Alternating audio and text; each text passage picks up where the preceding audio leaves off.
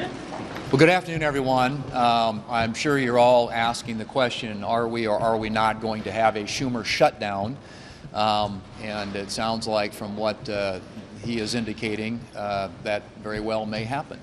But we are going to give them every opportunity to vote for a clean CR, something that in the past Senator Schumer and the Democrats have said they support. In fact, just as recently as last year about this time, he made the statement that shutdowns cause pain and needless harm and chaos for the American people. That was his exact quote about this time last year when we were considering a CR. Now, interestingly enough, during the Biden presidency, when Schumer was the leader, the majority leader, there were 13 short-term CRs.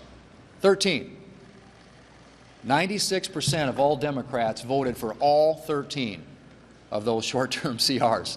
So we're suggesting right now a short-term CR to get us to November the 21st, to give us time to process and consider appropriation bills, which is the way we ought to be funding the government.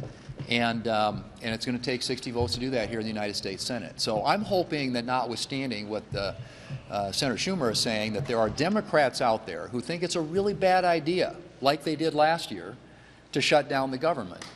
And if, in fact, that's the case, hopefully they will deliver the votes that are necessary for us to keep the government open, keep the lights on, and we are going to give them an opportunity to do just that. As you know, the House has posted their legislation. They will send it to us later this week, and we'll have an opportunity to consider it and process it over here.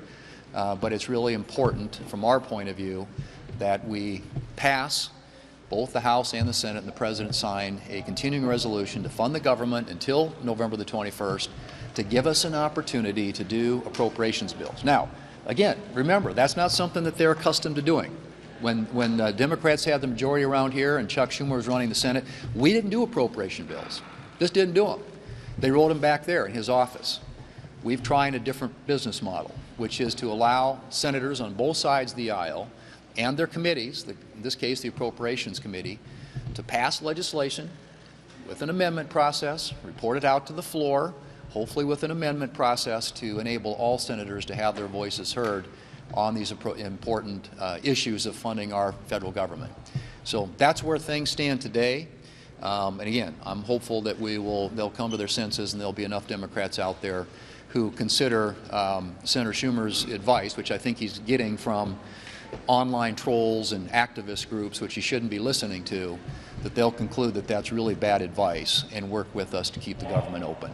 So at our lunch today, we had Dr. Oz was here to talk with our colleagues about the things that the administration is doing to revitalize and make sure that our rural hospitals are alive and well and delivering the services that many in rural America expect and them to deliver. And so I'm going to allow him to make some comments about the things that they're doing at CMS, and then we'll open it up to your questions. Dr. Oz.